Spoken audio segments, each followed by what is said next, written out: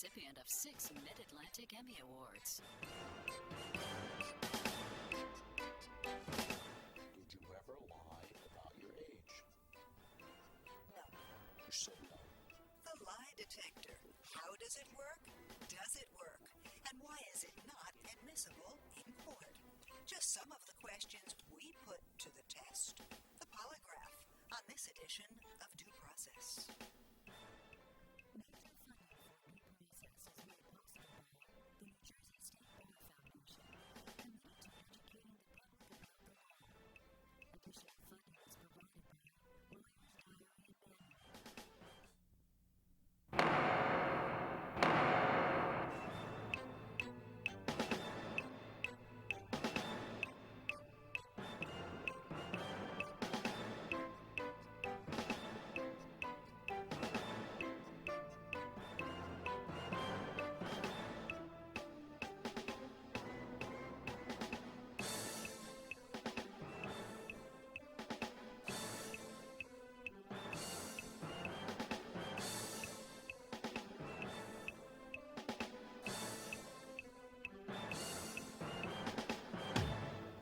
St. Augustine defined lying as the knowing suppression of the truth.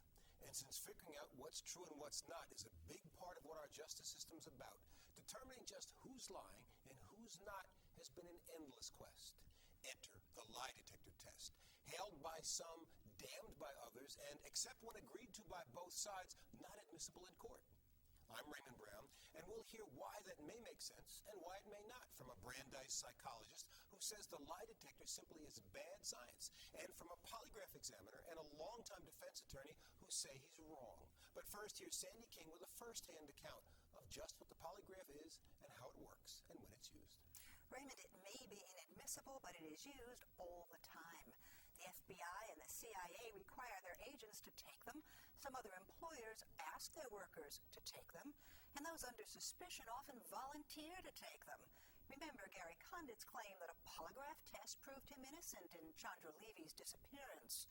Well, that wouldn't have been admissible in court, and neither would most other lie detector results. Unreasonable policy or only right. You might say, we put it to the test. Relax, the needles are jumping. Stiller and De Niro did it for laughs. Now, have you ever watched pornographic videos?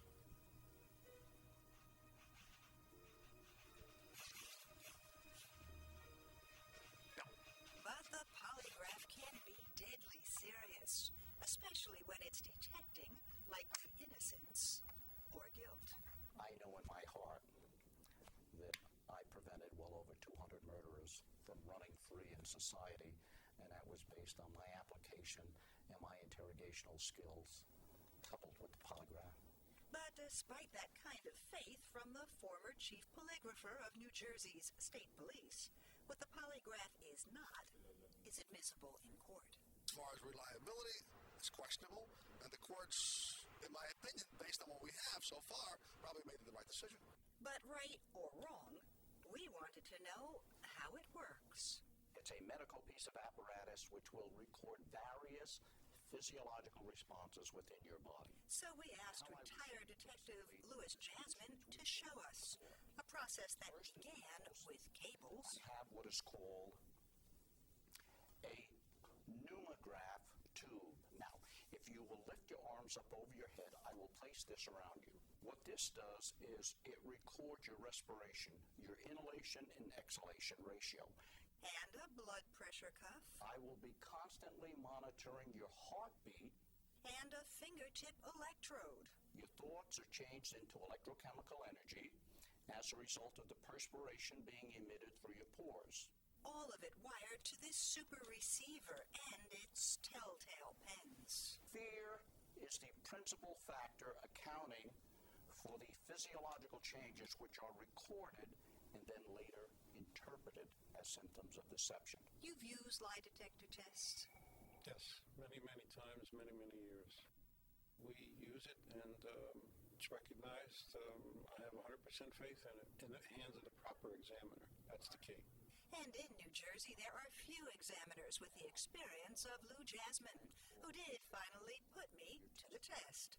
Since I had no guilty knowledge of a crime, Jasmine needed some other lie to catch me in, and he picked an area where I had, however infrequently, on occasion, stretched the truth.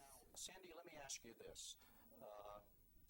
Do you agree or disagree that most or many women lie about their age? Yes, I agree. They do. You ever lie about your age? I have. You have. Okay. How about we'll say no to that question? Maybe you're going to get a hell of a response. Let's see what kind of response you get. Right.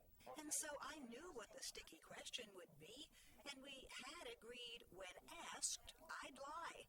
Do you live in New Jersey? Yes. How then, I wondered, could this process work? Did you ever lie about your age? No. You said no. Look at the amount of electrochemical energy the brain put out there. Now, So even though, Lou, even though we had discussed this question, and even though we had agreed that I was going to tell you a lie on that answer. right. So this gives us an idea if in fact one had guilty knowledge. Of something serious. So even when it came to catching my insignificant lie, without the usual elements of surprise or stress, the polygraph did seem to work. It should be used more, but it's really the fault of the prosecutors, not the defense attorneys. I think if they were more willing to accept it, we'd get more use out of it. And you get more use out of it, you get rid of more cases. But some law enforcers claim they've seen the lie detector fail to detect and be fooled. If we had an individual that came in, passed the lie detector test, and subsequently was found guilty of that crime, I said, well, wait a minute, something went wrong. Something went awry somewhere, because he or she came here and flashed with flying colors. But the information developed subsequent to that. We made an arrest, and that same individual, and on more than one occasion, was actually found guilty and served time. Some of them may still be serving time. After that, you begin to question yourself on the reliability of the polygraph examination. So, as we saw, the way the polygraph works. It's assumed that lying makes us anxious and that the anxiety causes measurable changes in things like blood pressure, breath, and skin. But there are new high-tech tests in development, too. One claims to detect truthfulness by looking deep in our eyes. Another depends on brain scans, all with the aim of getting to the truth, which is, of course, what our justice system is supposed to be all about. And does the lie detector have a place in that system? Some very different views when we come back, so stay with us. If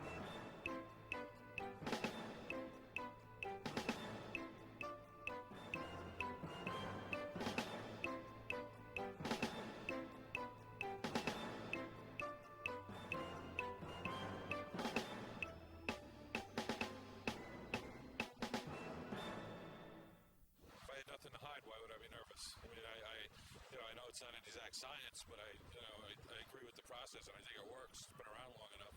I don't know if they really worked, if they're 100% accurate. I don't know. But I hope they are, since they use them a lot. I think it can detect if someone has done something, if the needle just fidgets a lot. I think that it's helpful in cases, yeah. I guess there would be some pressure. The whole fact that you're taking a lie detector test. If I was guilty, depends on how well I could hide it. I've taken one and given my correct name, and it told me I lied. I lied on it. Sometimes it's not accurate, and some people can fool with lie detectors. You know, they have that much control. And they're good actors. Who's telling the truth? Who's lying? How can we tell? Rocco Fuscetto, a polygraph examiner who's conducted a couple thousand tests, says the lie detector is a reliable way. But Brandeis social psychology professor Leonard Sachs, who has researched and written and lectured on the problems inherent in the polygraph, has come here from Boston to say not so. And in Newark, John Dell'Italia, a criminal defense lawyer who uses the lie detector frequently in his practice, has a different view. Welcome to all of you. Mr. Sachs, let me start with you since you're our guest. Can you identify a core scientific reason why you say the polygraph is undesirable, and perhaps why the courts have not been willing to use it? It's very simple. When a person is nervous, when a person isn't nervous, it does not necessarily mean that they're telling the truth or lying. Okay, Rob, it doesn't seem like you need to study a lot of science to agree that a person may be nervous for lots of reasons other than non-truth telling. I believe everybody taking a polygraph test is nervous, but I don't believe it interferes with the physiological reaction that occur at a time and stimuli in the form of a question is placed to them. Okay. Are there other scientific reasons than this question of whether nervousness correlates with non-truth telling? Well, the basic problem is habituation, that over time a person loses anxiety that they have about a specific issue. So the more you practice a response, the less nervous you are about a response. But also, depending on the circumstances, how important it is that you answer in a particular way, what the consequences are, you may be more nervous. So instead of our opening video, if instead of using Sandy as the test subject, you had worked with me for a month, and then I went to Rocco's office and took a test, could you prepare me so that the kinds of responses he's looking for, I could learn to control or mask? The research shows, and the research has been done by one of the few psychologists who's a proponent, in less than a half hour you can learn how to pass a test. Rocco, I got it. There's a challenge for you. Argue with that. There's a case where a man up in Vermont accused of a murder 50 years ago. For 50 years he's been professing that he has not committed this crime. For 50 years he's conditioned himself. The American Polygraph Association sent Ed Gelb, who was the one who did the test, up to Vermont. He polygraphed the individual. He failed the test and he confessed. John DeLatalia, I know you represent people who have a lot at stake, sometimes long prison terms. Do you use the polygraph because you really believe in it, or just because it's a useful tool that might enable you to persuade a prosecutor to change a charge or even drop it? Well, it's twofold, really. I mean, I use it both because I do believe in it, and also because of the situation. One of the last things you want to have to do is leave your client open to trying a case and 12 people from a jury deciding whether or not he's telling the truth. I know I heard, when the professor mentioned about the nervousness and whatever, that goes back to the person giving the polygraph, the administrator of the polygraph. I mean, all of that, the way I understand it, is all gauged. But how do you feel about the challenge the professor articulated to Rocco, that he could coach somebody within a half hour or an hour to control those kinds of physical responses? I don't think you can control all of them. I mean, you have to remember, it's measuring more than just nervousness. It's measuring more than just anxiety. Well, now, are you going to call me up after the show and ask for the professor's phone number so for your next client who's going to be tested by the prosecutor's office, you can spend a little time with him? Well, the problem that you have is, and what you have to remember is, that the way it's worked with the law today is that he has to, in effect, pass two polys. First, he has to pass the poly that we give them as their attorney. Then he has to go to the prosecutor's office and pass it again. Would I be willing to let the professor give one of my clients a quick course in how to pass a poly, and maybe he'd pass mine and not pass the prosecutor's? The point is still taken that, the test is accurate. Every case that I've ever had where my client has passed my poly, the poly administered by my polygrapher, he has passed the state's poly, and the case was dismissed. Would there be a reason for that correlation? Well, the fact that two polygraphers come out with the same decision doesn't mean that it's the correct decision. They've all been trained in similar ways. They know the protocol. The fundamental issue is that, in fact, what a polygraph measures is anxiety. It's a fear detector. It's not a lie detector, and it's very easily manipulated, and consequently, it has no place in the legal system. Let me ask you a question. When I have worked with polygraphers, although I should openly admit I'm a skeptic, but I've certainly worked with them when it seemed like it would work for my clients. They do a significant effort to try to calm people down. That is, unlike television, they're not banging on the walls and threatening people. Does that have an effect, or does the fear response come from a different, deeper place? Well, what the polygrapher does is, in fact, part of the game, if you will. If the polygrapher convinces you or convinces your client, if that's the person taking the test, that they can be detected, they may, in fact, be nervous. What the polygrapher has to do is to instill confidence in the test. That's part of the technique, but that's not the same thing as determining whether a person is truthful or deceptive. Rocco, let me mention this to you. On the times when I've used a polygraph for a client of mine, almost invariably we never get to the test because the client believes that you or one of your colleagues is really going to be able to figure out whether they're telling the truth, and they usually wind up saying something that sounds like the truth before you get there. How much of this involves, and I don't mean this disrespectfully, an element of gamesmanship? I don't believe it's gamesmanship. If you want to use interviewship or interrogation or as a tool, the polygraph in the its entirety, from the beginning, from the pre-test interview, right to the very end, the interpretation of the charts. It is an investigative tool, and that's what it is, and that's what it's to be used for. I don't pretend, and never did, that I should become judge or jury over an individual. Would you be satisfied then that it remained an investigative tool, and that it not become a tool used in courtrooms?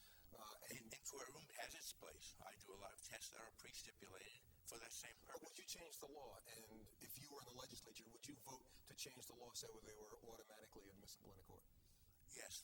Well, what I believe, from what I know of it, as an investigative tool, not as the whole answer, only as part of it. It has to be other evidence, documents to back it up. Now, John DeTalia, one of the things I heard you say earlier was that you thought one had to be careful about agreeing or stipulating, because if a jury hears that a person has failed or passed a polygraph, it's a powerful influence. Do you think it would be disproportionately influential if admitted?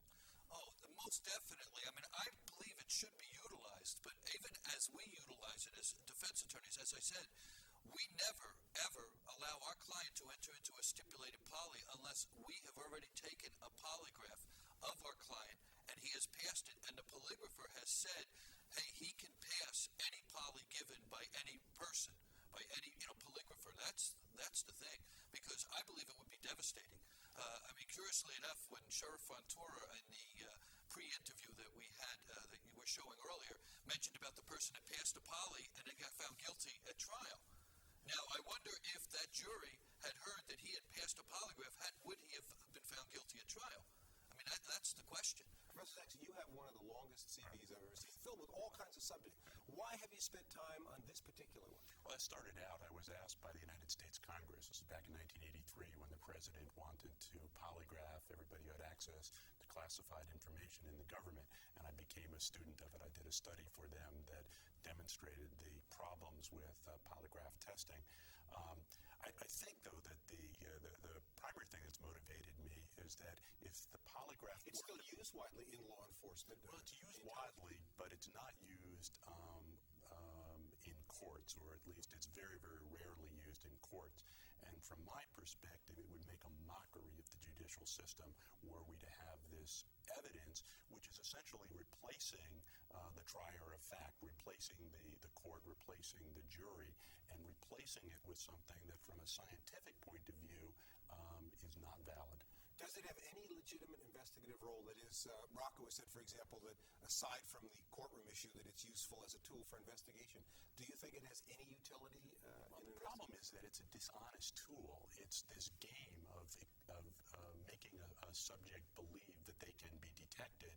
They then confess, or in some circumstances they confess. So if the FBI gets 1 out of 10 people who confess as a result of being confronted with it, it's a useful tool. We're always looking for technological magic in this culture. Are there better tools about which could be used to measure in some scientific way the truth-telling capacity? I don't believe so. I think some of the things that have been done with brain waves, for example, that are more sophisticated measurements, don't overcome the fundamental problem, which is that each person understands reality in their own way, and many people, guilty from an objective point of view, are able to distort what's happened and believe that they're not guilty. Okay. Rocco, do you believe, given I know you've had a long career, so the possibility in theory would exist. Do you think you've ever been fooled by anybody who you guessed wrong? Absolutely. Absolutely. What is it in the process that might enable you to make a mistake? I honestly believe that it's very, very difficult to pass a test when you're being truthful. It's very easy to fail a test if you've committed the act. That's been my experience. So this is one that sort of works to the advantage of people who are guilty and maybe not to the advantage of people who aren't being... Well, it depends on its utility and how it's being used. In terms of something that Len said a minute ago, does the person's attitude about the polygraph matter? That is, if I came in fully confident that polygraphs work, or if I came in, on the other hand, believing this is a game and I can win, does that attitude affect the outcome in your view? Well, I don't know if it does. It's not a game. And I mean, anyone ever use it as a game, that's wrong. It is a tool. And if it's properly used, it has its place and it has its utility. And it's not trying to convince this person that I'm going to know at the end of this that this is going to tell me the truth. It's none of that. There isn't any of that. Now, John, one of the things things that always interest me about the polygraph experience is that the questions are frequently framed not in terms of whether you did it or not, but of whether you have some knowledge.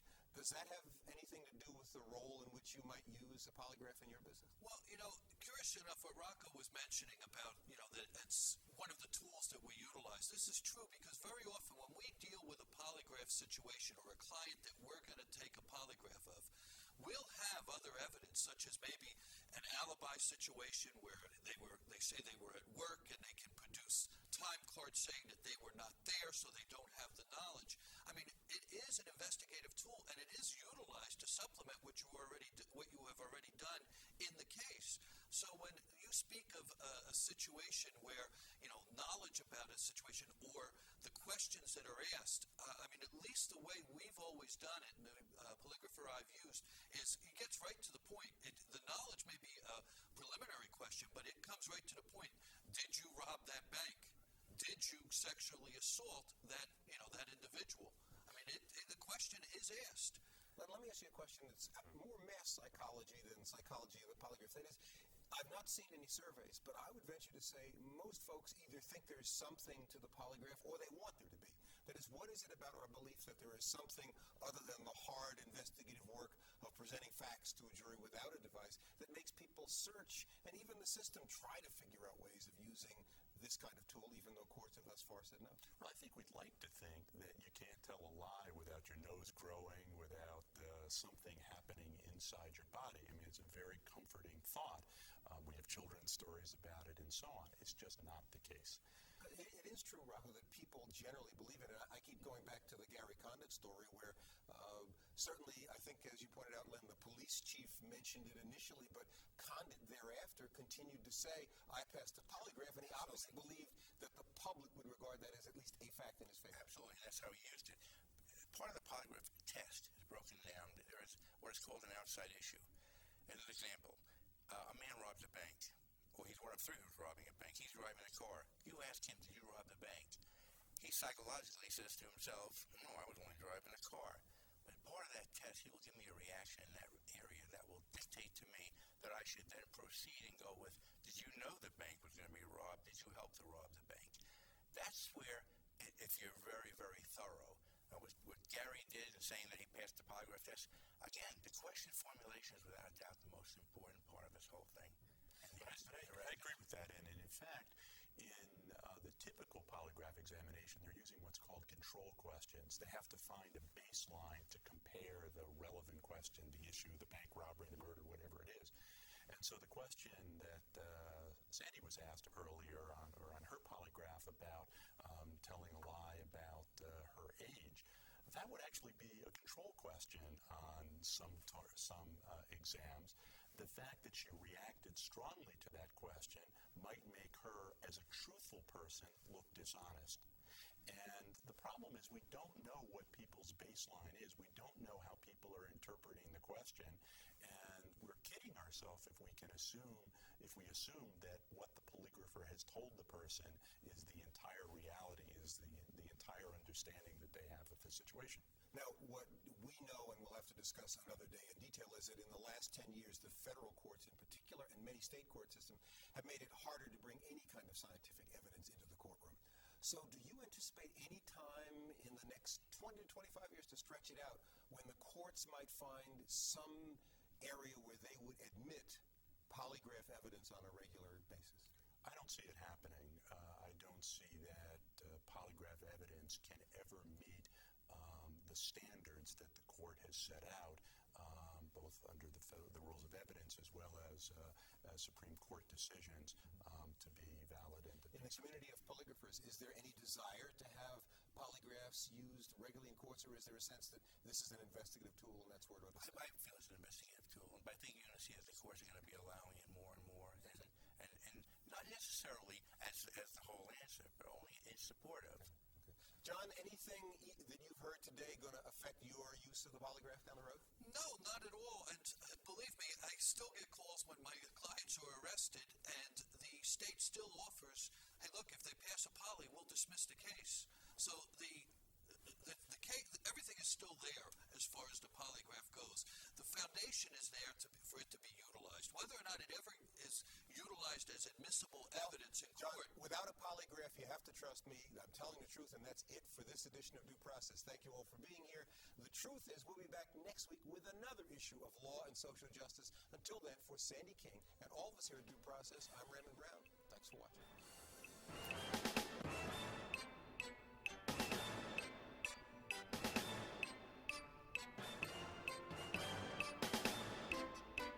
I'm going to put this right over the brachial artery. As you see, just tighten this up here. Here we have a sphygmomanometer, which is a regular blood pressure gauge that a physician would take your blood pressure with. I will be constantly monitoring your heartbeat during the entire testing process. Now, is that also going to give you some clues? It will also show certain changes when you are under the stress of a question being asked about a particular criminal offense.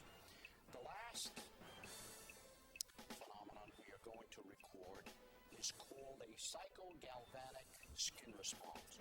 Your thoughts are changed into electrochemical energy as a result of the perspiration being emitted through your pores.